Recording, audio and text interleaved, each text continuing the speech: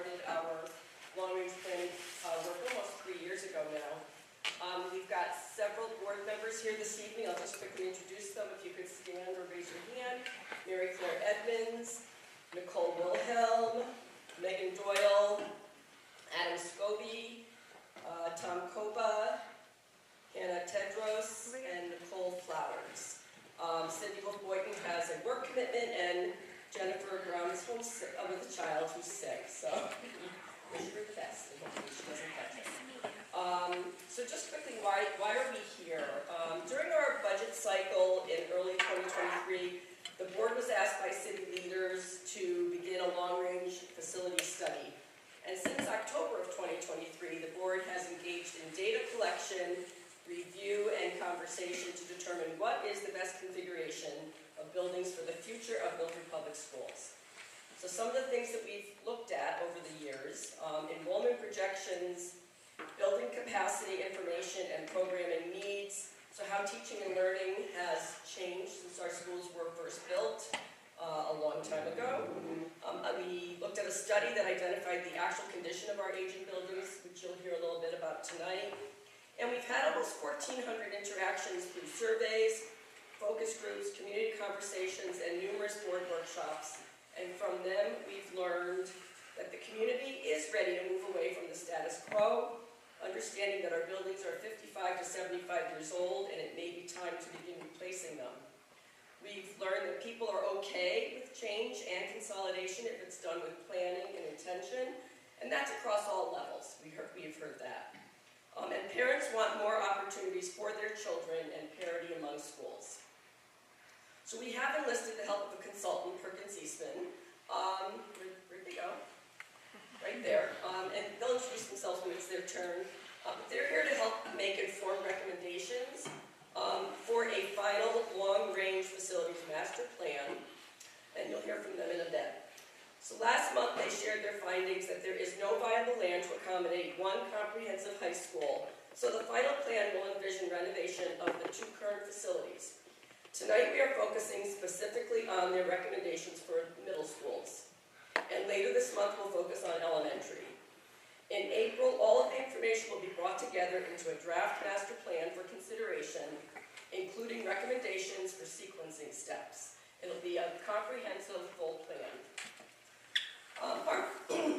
Our facilities are a community asset, and we hope that you recognize the care that we're taking with this review. We know that these are delicate conversations, but they are conversations that we have to have. We want to emphasize that the master plan will be designed for the long term. We're talking 20 years. And it will take years to implement, and nothing's going to happen immediately. So we hope it'll be a very planful, thoughtful process. So with that, I'm going to turn things over briefly to Dr. Kutaya, who has some information to share. Thank you, Ms. Glennon. Hi, everyone. Thank you for coming out this evening.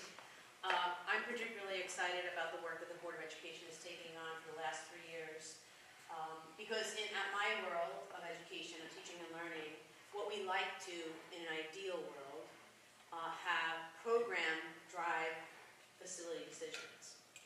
And because our buildings are 50, 75 years old, at a time where I am sure the best of educators did not envision what we would be visioning today.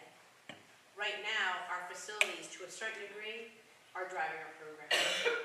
And in the world of education, that's backwards for us. We'd really like our dreams in the world of programming to help our board members, to help this community make decisions about what do those facilities look like. So in our world, we not only envision what would a typical English or math or social studies class look like, but categorically, we're interested in understanding what does that specialized instruction classroom look like. We took a tour of some schools last week, some board members and city officials joined us. And in one of our middle schools, we saw examples of typical classrooms that were built in the 50s sometime, that had been transformed into a music room, or transformed into a tech ed room. Now imagine a typical classroom doesn't necessarily to support specialized instruction. So when we're thinking of how does a facility support programming? One category is specialized instruction. Another category is that of meeting the needs of all students, including those with special needs. Now more than ever, in our society, in our community, we are proud that we own the responsibility of educating all kids. In the 50s, that may not have been the case. In the 50s, students with special needs were either sent to a basement, sent to a different school, or not educated at all. They were written off in many communities and in parts of society.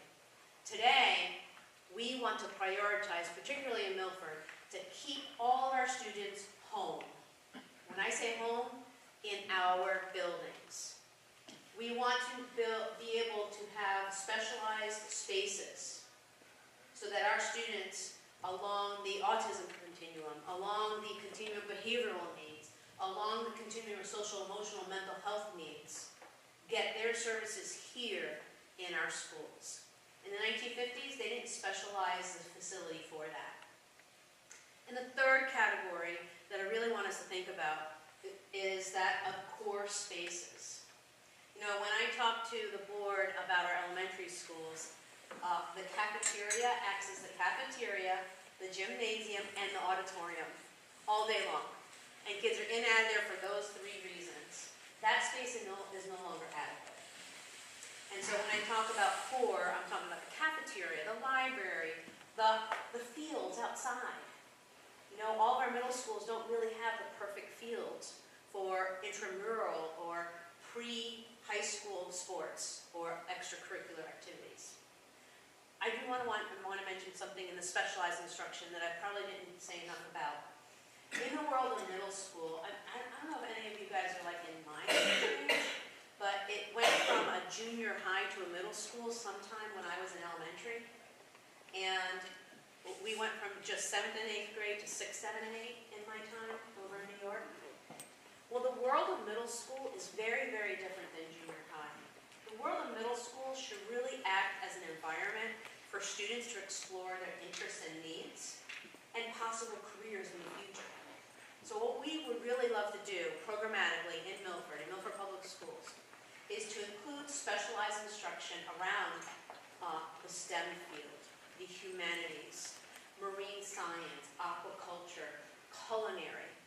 Those spaces, our schools right now, in the middle schools, the 3 middle schools, we do not have those specialized spaces. And in some cases, our students are having inequitable experiences across the 3. The tech ed spaces at all 3 middle schools are not the same. And curriculum is having to be modified across the 3 middle schools. Music spaces across the 3 middle schools are not equitable. The music experiences of all of our middle schoolers are not the same. And you could say the same about art, and you could say the same about some of the science classrooms. That some science classrooms at the middle schools look like science labs. And some of them look like classrooms where we bought science tables and rolled them in.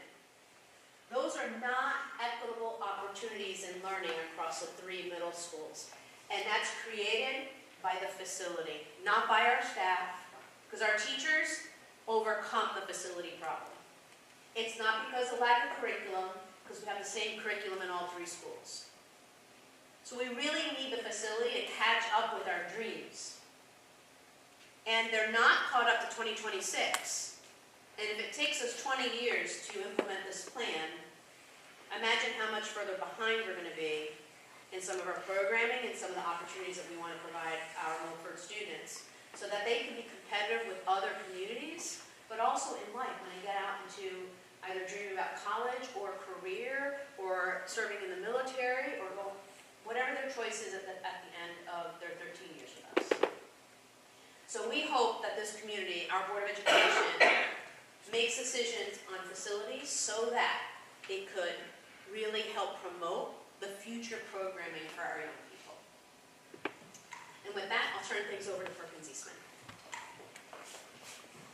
All right, well, thank you very much for the intro. So appreciate you all coming out tonight. I know getting out on Monday Monday evening is not the easiest thing in the world, so thanks again for taking the time. So we're going to go through a number of things. I will start by saying we want the bulk of this time to be conversational. So we're going to do a little bit of presentation here in the beginning, but the bulk of the time, we'll introduce activities here in a little bit. It's getting up in our feet and having one-on-one conversations with board members, with us. We'll introduce the activities, but bear with us for about 10 to 15 minutes of presentation, sort of set the foundation for where we are today. So we heard from the superintendent and board president on why we're here. We're going to do a brief review of the current middle school conditions, building off a lot of the work that the board chair mentioned in previous studies. We're going to introduce just a few pictures, a few ideas of what a modern middle school experience could look like. We heard from the superintendent around programs. We're just going to share some visuals around what it could be. Oftentimes we know, right? We've been in this building every day for the last 30, 40, 50 years, or the other middle schools. So we're going to try to just give you some exposure to what some modern middle school experiences might look like. Then we're going to spend the bulk of our time in conversation, and then have a program ideas. Just to quickly introduce ourselves, I'll just introduce everyone so I have the mic. But Patrick Davis with Perkins Eastman, joined by Mark McCarthy, Nazra is somewhere in the back there in the blue, Lauren and Mia. So you'll get to meet everyone as we start to walk around. We've got a whole list of folks that are helping us in the project that aren't here. But just to catch up, this board president actually walked through this in good detail, but just to sort of, again, set the foundation. So as part of this work, there were a few different sort of key ideas that we were asked to explore. The first was the high school that the board president mentioned, sort of exploring this idea of going from 2 to 1 high school. Specifically, the board earlier in the winter, basically saying, based on our recommendation, due to limited viability of enough land to build a singular large high school for around 1,600 students, that just didn't exist in the district. So moving forward with 2, thinking about renovation of those 2 high schools. Now we're in the middle school phase. So the original scope that was given to us for this study was, understand the conditions of middle schools, but then explore going from 3 down to 2 middle schools. So we're going to talk about middle schools tonight. As the board president mentioned, we're then going to move to elementary schools later in March. Again, thinking about potentially a reduction and where investment would be needed and how capital could improve the elementary experience. And then we're going to pull it all together into a final plan, thinking about implementation, sequencing, how to actually deliver this over a period of time. So we'll be moving to elementary, so we're looking through how to sort of tie a bow and all of it later in April. So again, we're going to go through this relatively quickly. I will say there's a website with all of this information on the website as well. But just to give you sort of a quick framing, I think everybody knows, if you're in this room, you probably know there's 3 middle schools in the district. There's West Shore, Harborside, and East Shore, where we are tonight. We often sort of ground ourselves in students, right? We want to understand and thinking about portfolio decisions. Where are students, right? We understand impacts of students if we're changing that. So just quickly, we mapped where students are living based on the school they attend. So the orange polygons or rectangles are where West Shore students live. The darker the color means there's more students that live there. Green or Harborside students, again, the darker the color green, more students are living within that area. And then the blue is East Shore. So this will be important as we start thinking about the scenario. You'll start to see the sort of potential impacts as you're going through the scenario boards on the back. But the colors should be consistent throughout the boards. So orange for West Shore, green for Harborside, blue for East Shore. So just as a lot of this was mentioned in the intro, you're dealing with a middle school stock that is old, right? The newest building, overall building, is 1969. That's Harborside. That's a long time ago. That's the newest. West Shore was built in 1950. East Shore was built in 1952. They're all about the same size, around 82,000 square feet down to 78,000 square feet, and generally have some space available. So West Shore and Harborside are about 81% utilized. East Shore, this building we're in, has a little more capacity at 65% utilized. But generally, we're sort of in that 339, 340 to about 415 students. As you think about programming, obviously the school budgets work. Obviously, money is connected to the students in terms of program offerings and the ability to deliver programs. So I will say, those are pretty small middle schools. So that's from a national perspective, even across the state, having less than 450 kids at a middle school does really restrict your ability to offer, sort of this idea of robust programming, access to all those spaces. So something to keep in mind. The other thing I would mention, you'll start to see a little bit more, we are dealing with pretty small properties. Harborside is the smallest, but East Shore and West Shore are not too far behind, but East Shore, where we are today, is the second smallest at 7.94 acres, and then up to 10.75 acres for West Shore. And we'll start to see how that potentially impacts some of the scenarios we're talking about in the back.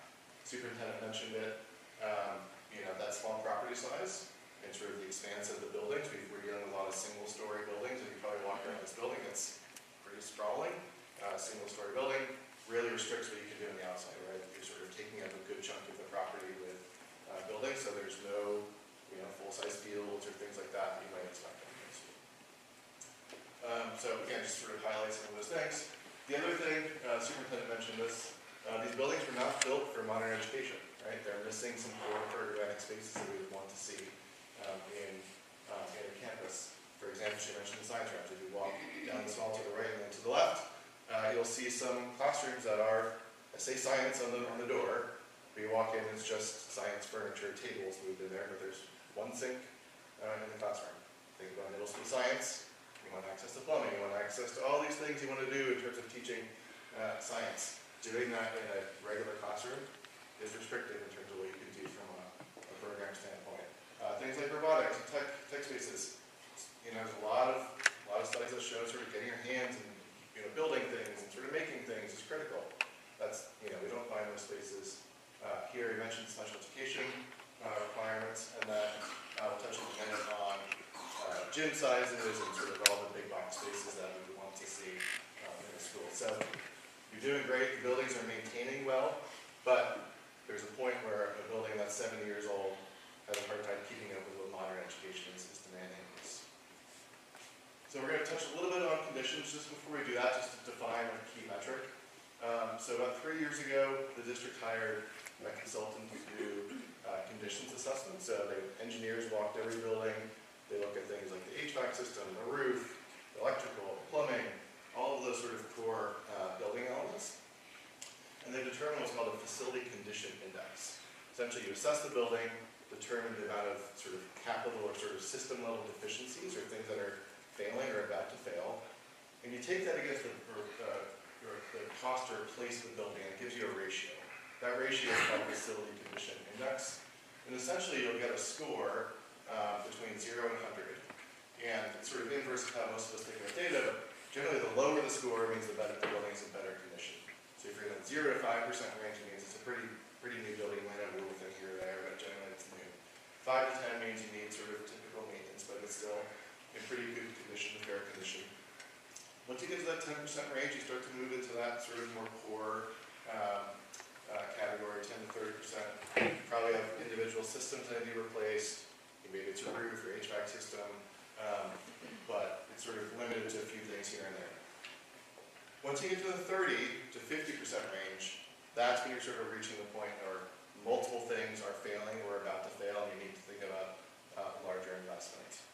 Once you get to that 50% range, the sort of rule of thumb in the industry is you got to evaluate, does it make sense to keep this building or do we replace it? Do you spend a lot of money doing a lot of little things across the building? So we think about a car, right? Everyone has sort of gone through that process in your head of the car. You're like, do I go and fix whatever the part that's broken in the car, or do I just get a new car? Right? You sort of reach that decision point of, do we need to replace it or fix all the things that are broken, and go with that decision. So as we go through this, it's important to sort of keep in mind. The other thing that's sort of from a framing standpoint, this does not talk about the sort of space or program deficiencies, right? It's not saying, oh, there's no science lab or the gym's too small, we need to increase it. This is purely looking at the building systems and saying, we need to replace the HVAC system, we need to replace the roof, we need to replace all these things. So again, as we think about sort of the cost and the emission, it's purely looking at the assets and the systems in the building, not necessarily program deficiencies. So we're going to go through just very quickly campus by campus, starting where we are tonight. So typically it's looked at over a 3 to 5 to 10 year period. So you look at the systems, what's failing today, what's expected to fail over the next 3, 5, 10 years, and you start to calculate that FCI score. What we can see is for East Shore, they're getting close to about 40% in that 10-year horizon. So again, unless there's significant capital investment needed category.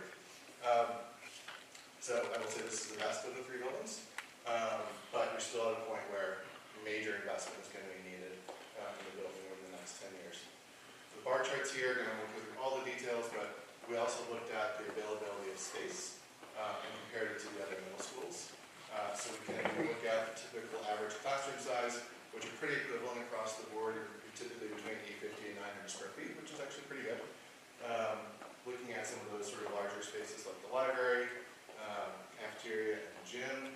The blue bars are this individual school we're showing on the slide compared to the average in the orange bar. So you can see East Shore is actually doing fairly well in terms of the larger spaces and access to those spaces when compared to the other schools. I will note the gym is a particular concern. This building actually show a picture in a little bit. It is undersized and quite dated. So while the square footage is equivalent, it's still below a sort of industry standard for a lot of spaces. Looking at Harborside, so moving east to west here. So again, Harborside is reaching that 43.2% range on the FCI, so getting pretty close to that. There's sort of 50% threshold. But the other thing that sort of jumps out on Harborside in particular is when you compare in terms of square footage and access to space, they're a lot smaller in terms of the cafeteria size, library size, pretty equivalent in terms of the gym, which again are all undersized. But they do have some of the smaller spaces. Even going back to the first one, they've also got the smallest property, which makes sense. So they've got a building that's sort of reaching that critical point, and then some smaller deficient spaces in terms of square footage. And then West Shore being the last one, again, similar to Harborside, again, that sort of critical building stage, reaching about the same point, around 43.2, but compared to the district average, they have a little more some access to some of the bigger spaces across the core spaces we're showing here in the graph. Just to show you some pictures, I'm not sure if everyone's been to all the buildings, just find some representative pictures. Standard classroom on the left, gym conditions, so you can see, they're dated, right? There's some areas for improvement there. If you think about middle school gym and the size of middle school students these days, you just think about from a safety perspective, the amount of runoff space around that corridor is actually quite problematic.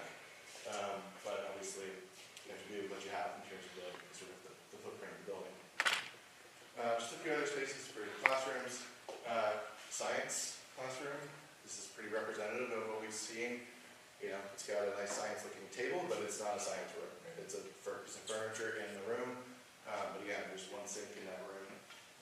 We'll show some pictures of what corridors can look like, but this is a traditional corridor. I remember walking down the halls of middle school, and it was always a really stressful period of time during the day. Just thinking about all the middle school students walking down this very sort of narrow, dark corridor. So thinking about that whole experience will be important as we talk about what a new middle school could look like, or a modernized middle school could look like. There's a few other sort of representative pictures of the lockers in the classroom, really taking up a good amount of that square footage, dated rooms, small windows. A few other from West Shore, similar conditions in terms of classroom conditions, similar corridor conditions. So anyways, we're dealing with buildings that the folks here are doing a great job maintaining them. They're clean, they're safe, but obviously need an update. So I won't go through all this, but essentially, West Shore's got more space. It's got some of those core programmatic elements, a little bit bigger in terms of the gym cafeteria, but still pretty efficient, and the building is sort of reaching that critical phase. Harborside is the smallest property, really poor building condition. A lot of the spaces are really undersized. And then East Shore, second smallest property, sort of, on the better side of the building, but still quite in poor condition. And obviously, the building age really limits what can happen in the building. So we're going to go through a few more things here. So we sort of showed you where you are today. We're just going to get some images up on the screen, just talk about, what a middle school experience could look like. So we'll show some middle school pictures here. And then we'll break into activities after that. So I'll turn it think I have it. I'll take the clicker. Thanks. Okay, I'll try to be pretty quick here. But I want to go through some of the images, what a middle school could be. I think Dr. Kaya talked a lot about the programs that come into middle school. I'm kind of a big fan of middle school. I think the important thing for us is to think about is that middle school is really a distinct time, not so much just kind of half elementary, half high school. It has its own character, ideally, and we'll start to show some of those spaces. So what a classroom is, and I think particularly what we see is that students aren't sitting in a grid facing just one wall. The classroom really, all four walls are activated. I think you also start to see, which is important at middle school years, they're able to start doing more self-directed work, more teaming and things like that, which I think is really important in the development. So how the classroom can support that, as well as, we can talk a lot of ideas about the natural light. I think that's one thing that jumped out when we looked at some of the existing conditions was really not enough connection with outside.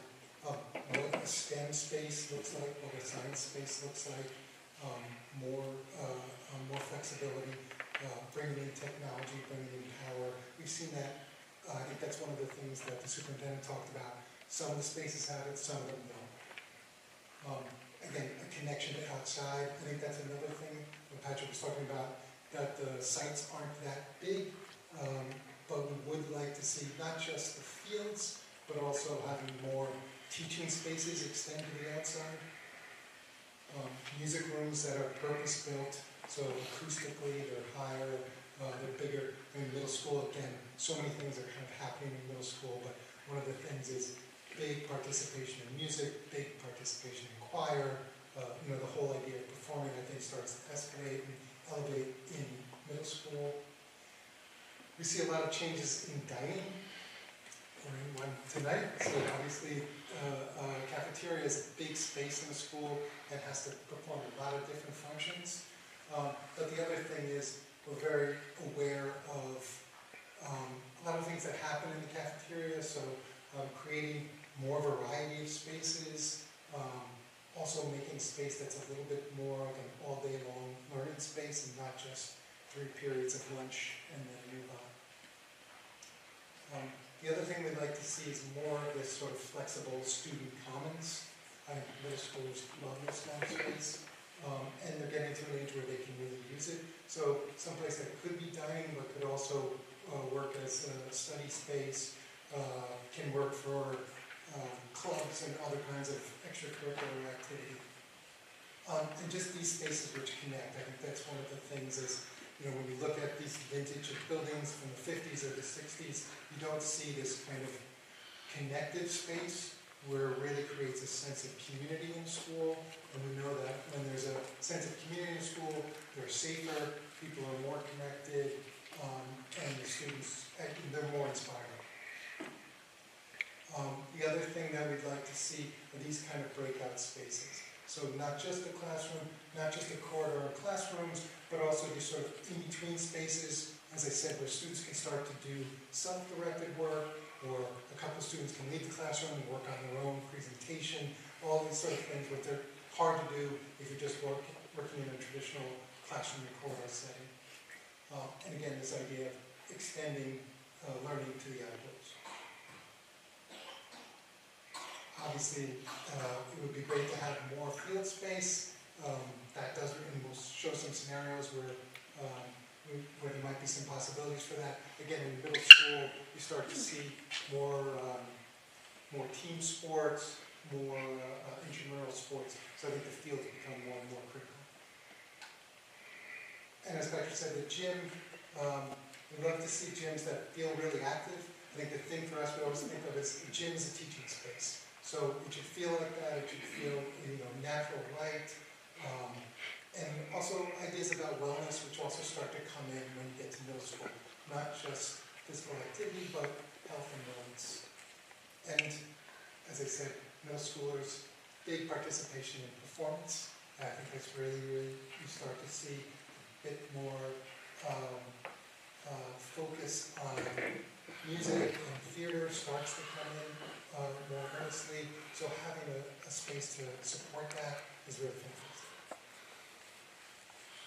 And even some things like this, which is actually pretty achievable. This is kind of a small black box here, so it's really about teaching the idea of performance, not just being in an auditorium on a stage, but also what the whole idea is about performance. And these kind of spaces, which are very flexible and can open through the corridor and perform a lot of different functions. So we get a lot out of kind of a medium-sized space. And again, can that even extend to the outdoors? So when we can, we look to do this, where the theater kind of backs up to outdoor amphitheater space. And again, a media center, the big transformation, media center, I think, is getting away from being about a collection of books and really becoming a resource center. And again, as the middle schoolers start to look at doing more self-directed work and doing more research, and just starting to get a feeling of what a media center or library could be. Am I talking? Okay, I don't know if but robotics is obviously one that's a very particular kind of room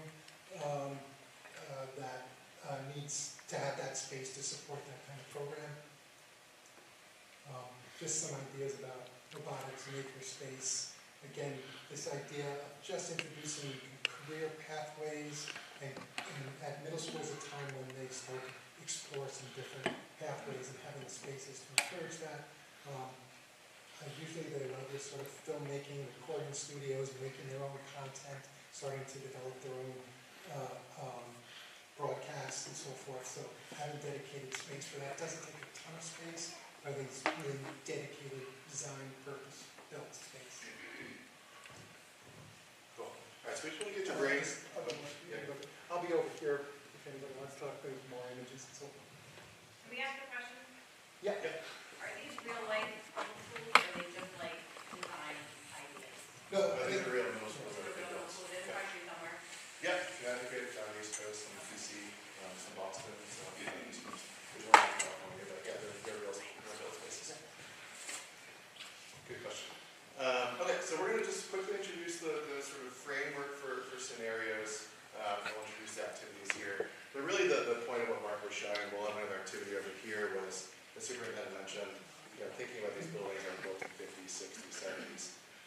Construction's changed a lot, so how do we sort of think about space to support that? So as we think about sort of the new reality or the new future for what Norfolk middle schools look like, we just want to get your brain moving a little bit in terms of what's possible and how to think about what the campuses here could potentially look like.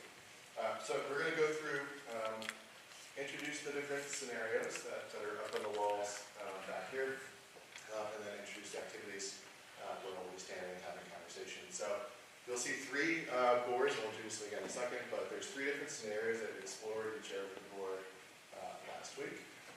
Scenario one is what happens if we keep all three middle schools open and then renovate those buildings. So we'll have a conversation into the stations around what are the pros, what are the cons, what are the things you like about this, what are the challenges. So each one includes renovation as new, which is sort of this idea of keeping the existing sort of exterior of the building for the most part, the sort of structure, the foundation, but essentially demolishing everything on the inside and essentially rebuilding and modernizing, renovating the interior space, but keeping much of the existing footprint, exterior walls, and structure in place, with some targeted additions to address some of those space deficiencies that we talked about earlier, so science labs and special education rooms, bigger gyms, things like that. So that scenario one is keep all three open with that sort of renovate approach for all three schools, renovate is new approach with some targeted additions. Scenario two is sort of similar to scenario one in terms of the scope of construction, but changes from 3 to 2 middle schools. So what happens if we move from 3 schools down to 2 middle schools, and then approach the two remaining schools as renovated as new, plus some additions. Those additions get a little bit bigger because you have to accommodate more students. So not only are we addressing sort of the existing space deficiencies, we also need to think about additional capacity to accommodate more students. So that's scenario two. Scenario three is, again, moving from 3 to 2 middle schools, but instead of that renovate approach, It's actually just knocking these buildings down and building 2 new buildings. So replacing the existing buildings with new construction. So that'll be scenario 3. We sort of talked about that approach of let's start over, right? Let's demolish the existing structure. What does that allow us to do? So won't go through all of the details, but sort of renovate is new with 3, renovate is new with 2, and then new construction in scenario 3. So there are, as you've probably seen, I've pointed to you about 20 times by now, but there are 3 different scenarios up on the wall. So what we're going to ask you to do is kind of amongst yourself, break up into groups. And it's going to be sort of a self-guided sort of gallery walk type experience. We don't want everyone starting on one and then everyone going to the board. It's sort of break into evenly distributed groups. And we're going to sort of circle between, you can walk around between each of the 3 scenarios. We've got informational boards around some of the travel analysis, some of the building conditions, what's potentially possible in terms of renovation, addition, new construction. So you'll see some examples there. There will be members of the Perkins Eastman team at each station. I believe there will be board members stationed at each station. So we really want to encourage dialogue. We want this to be conversational. And then members from the district leadership team will be there as well. So each board will have details about each of the 3 scenarios that we outlined. Each one has a set of questions. The questions are the same for each scenario. There will be post-it notes for each station. The questions you'll see, but what do you like about the scenario? What are the concerns you might have about the scenario? What else should be considered with this scenario? Are there things we're not thinking about, things we're missing? And then the general sort of catch-all, what additional questions might you have on this scenario? So you'll have opportunity to engage with us, engage with the board, engage with leadership of the district, and then obviously leave your comments on the board. And then we'll do a report out at the end with the board members. And then the 4th one is on the left wall over here, where we want to think about what's potentially the future of what a middle school might look like in Milford. So we're going to give you some sticky dots, and you're going to start to put some dots on the images that resonate with you in terms of what sort of you think a middle school should look like. What are the things, what's inspiring in terms of the spaces. So those are the 4 activities. What did you want to share? Before you let people go, yeah. Okay. So I just introduced this, we'll do it again, but you'll have those sticky notes to add your thoughts to the board, after dialogue or before. So each scenario has one. And then, as I mentioned, you'll get a number of sticky dots over there with some constraints on it. So we'll give you some. I think we'll give you 4 dots, so to sort of pick the images that really resonate with you in terms of the spaces that are on the board. So I think that is our last slide or so. Ms. Lennon, do you want to add something? Would you be willing to just go back to the 3 scenarios and give the total cost of each one? Yes, they're on the individual boards. Okay. I don't remember them exactly. I know. Yeah. No, 263.6. Hold on. Scenario 1. Now just renovating all 3. renovate all. All 3. Yes, scenario 1, which is renovate all 3, is 263.6 million. An estimate. Scenario 2, which is keep 2, renovate and add, 195 million. Scenario 3, which is build 2 new schools, is 252 million. And those numbers are on the posters. Correct. Each scenario, I will just caveat and say every team member knows those are construction costs. So there's typically some other costs that will be on there in terms of soft costs. Those are estimates. No one's hired an architect, inspected out, and we didn't go through any Very high. programming approval, et cetera. Yeah. That's cost for this year, or is that in the future? That's current year, so there's, depending on when implementation is, there's escalation factors as well. And that doesn't include potential reimbursement from the state. Correct. Yeah, there's no reimbursement. Reimbursement percentage, Mr. Brennan? Right now, it's 36.79%. 36.79% is what he said, in case you didn't hear it. Does that change for new versus renovated as new? Yes, so renovate is new or renovate is 36.79%. We want this on record. Hold on. New or renovate is new is 36.79%, and new, construction of new is 29.58%. 29 point, Yes, it's less for new. But if we know any legislators that may win us some favor, we could potentially petition to get that rate higher. I don't know, MJ, do you know anybody? 20 years out, and I'd be a different person. Right. Only clarifying questions, because we do want to break out into groups. So clarifying question? Possible. Maybe it's a home. If it's not, we'll bounce you to a scenario. Okay? So, What's your question for I think clarifying? the clarifying question is, I know we're looking at the physical being of buildings, but if that occurs, and we're talking about like the outside space, so right now, like, we don't have middle school sports. So our middle school sports getting on the board now because we're having a space for it. With the physical building itself, does that include looking at furniture setup and making sure that it's also, yes, flexible seating is great, but if the space isn't allowing like all the expenses that we're looking for, are we hiring new staff that's a part of the budget because we want to have all these specialized things? So you can have a physical building, Right.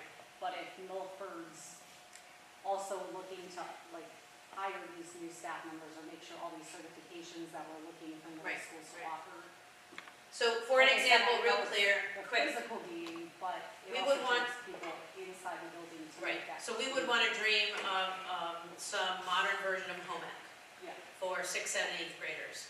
We don't have a home ec teacher. Mhm. We're not even going to call it home ec. We'll call it some 21st century name. We would need the space, and then we would need to propose to the Board of Education a curriculum that would go with it, and then the staffing that goes with it as well. So, yeah. One note on that. As we think about sort of again, we're gonna talk a lot about buildings, but the sort of delivery is important, right? So as you think about the scenarios, think about sort of implementation side from a actually delivery standpoint. So are there efficiencies you can have in some of the scenarios versus we staff it at 3 schools or we staff it at 2 schools? So just as you're going through, think about this sort of thing. What's the ideal acreage for these large buildings that have fields and big auditoriums and all? Do we even have that in any of them?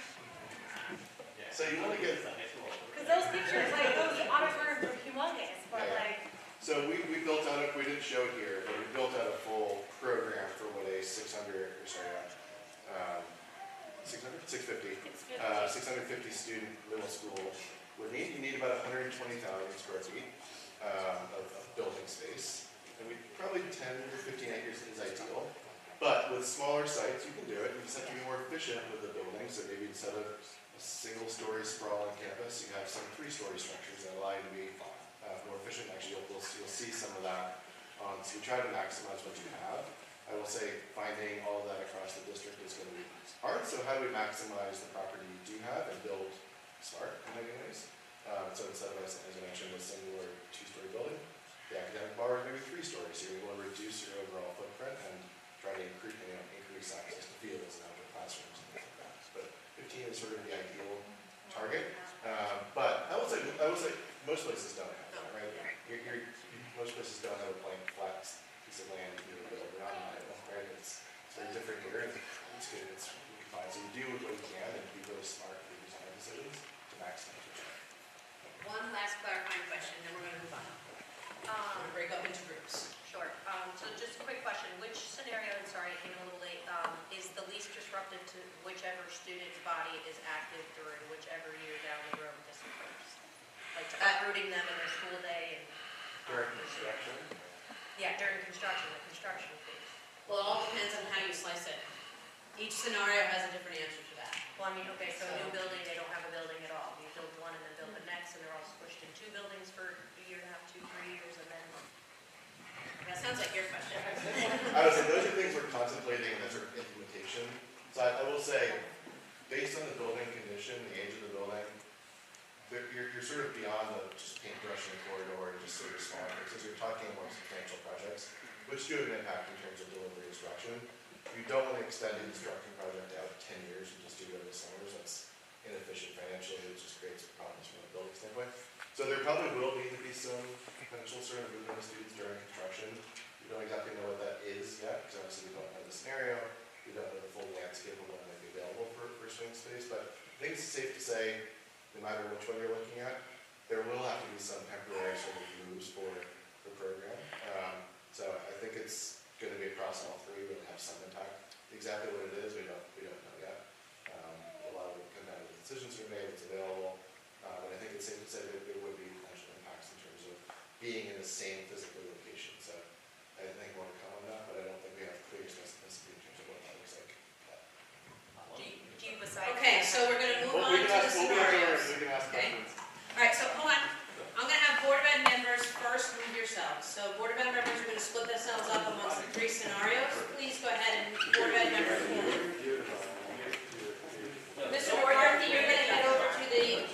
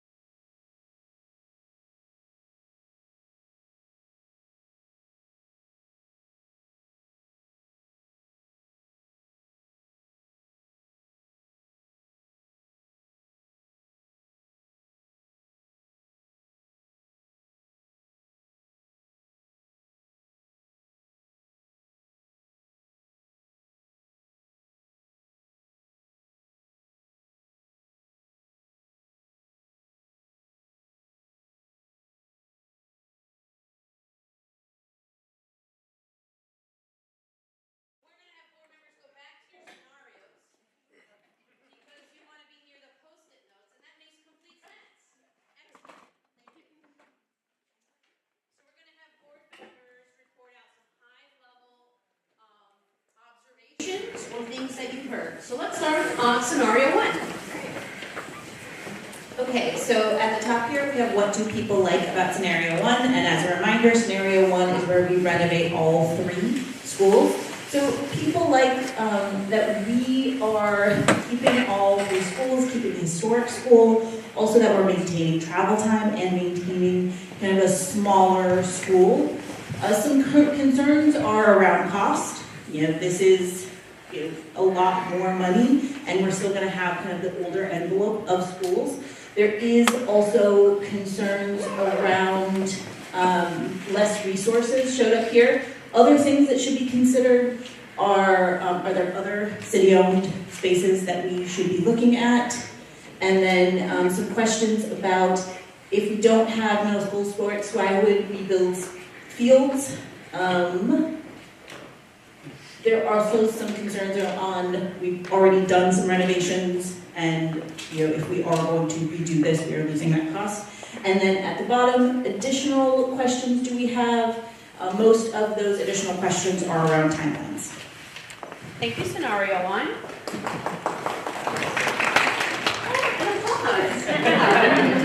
Such a good job. Okay, scenario two. It's hard to follow up on that. Yeah. All right, scenario 2, consolidate to 2 middle schools and renovate. So the positives is that this may be less disruptive, and that staged impact to students is nice. Greater opportunity for teacher collaboration and efficiencies in staff. Concentrated focus on kids in 2 schools versus 3. That's difficult now it's difficult now to maximize classes. Harborside parking is an issue, and this would alleviate that. And more room for improvements in this scenario. Some of the concerns that were brought up were possibly having a lot of kids per school compared to what we have now. Bus timing was a question, if that would increase for students. Parking for teachers, is there enough in these scenarios, or in this scenario? And lunch waves for students. A couple of things that may not have been considered yet are whether there are elementary facilities that may work for a middle school building, or vice versa. And sports, what does sports look like in scenario 2? Another question on here was that some of the middle schools were renovated 12 plus years ago, and are we looking far enough into the future, since some of those newer renovations are part of the what would get updated here. Thank you. Applause, please. Okay, scenario 3. So number 3 is demo and then rebuild. What do you like about this scenario? Kind of overwhelmingly with all the post notes was the more opportunity for more programs. It also accounts for being able to redesign the space to what should be modern day education.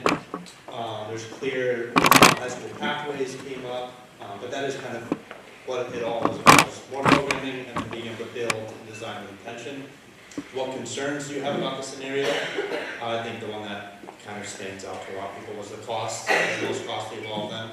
Another one that came up is if over, sorry, my bad. Oh, right, scenario 1 was most expensive, I apologize.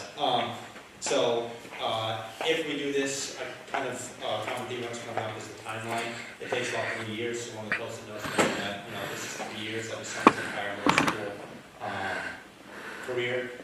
Parking came up, that seemed to be kind of a similar thing I've heard from my other board members. And then,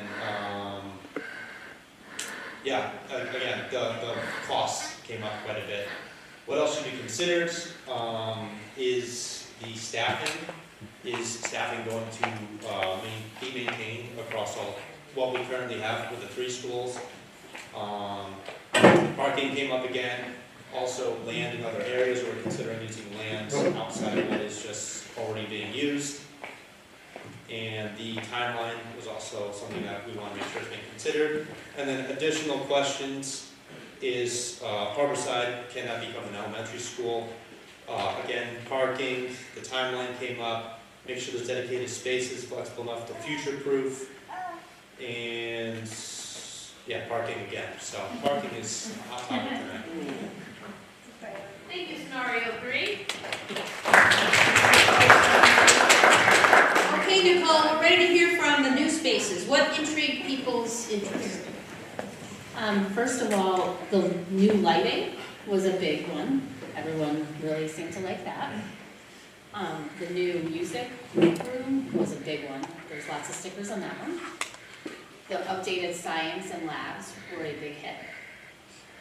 The space where there's a garden indoors was also a hit. The extended learning spaces and the transition spaces were not super popular. There are certain common areas, this one in particular, people seem to like the most. One of the bigger hits was the theater, that got a lot of stickers. The new gym with the basketball courts, also pretty popular.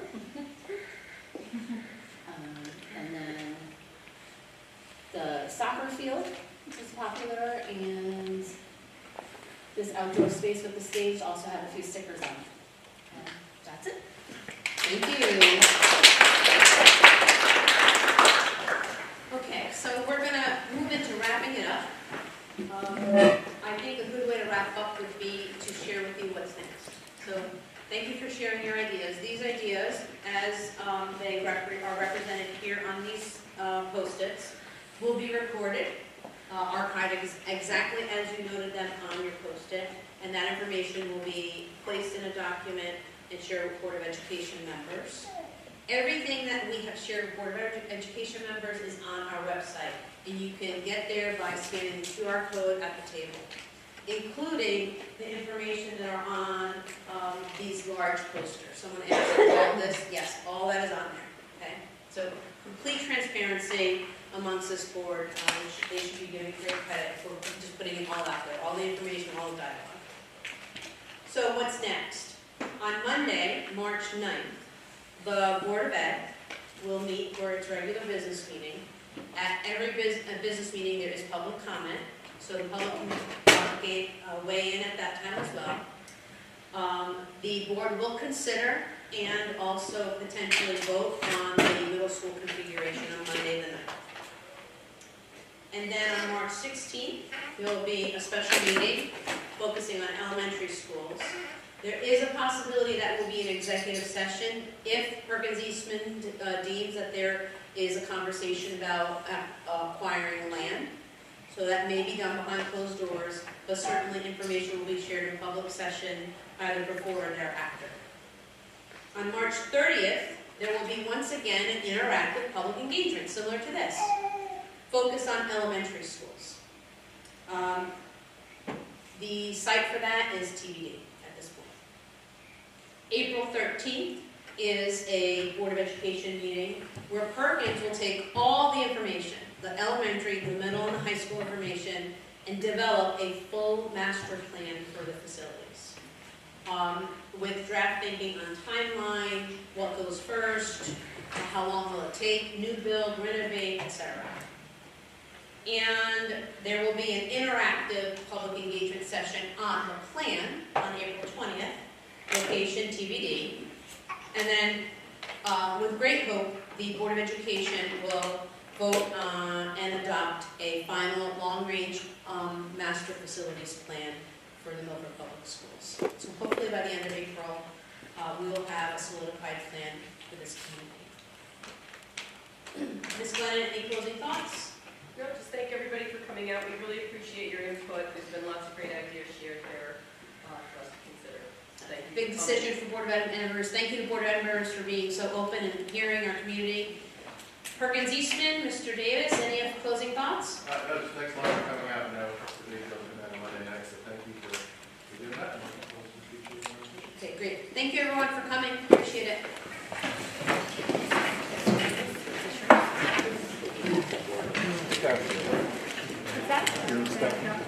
I am, but I also also live here. I live in town.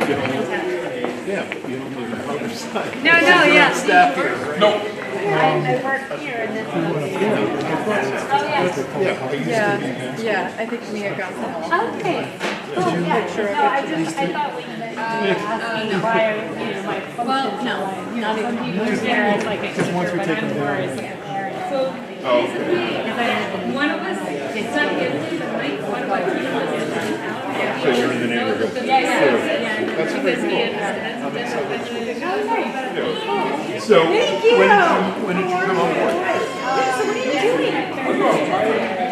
Yeah, so I must have just left, because I was here all during COVID, for about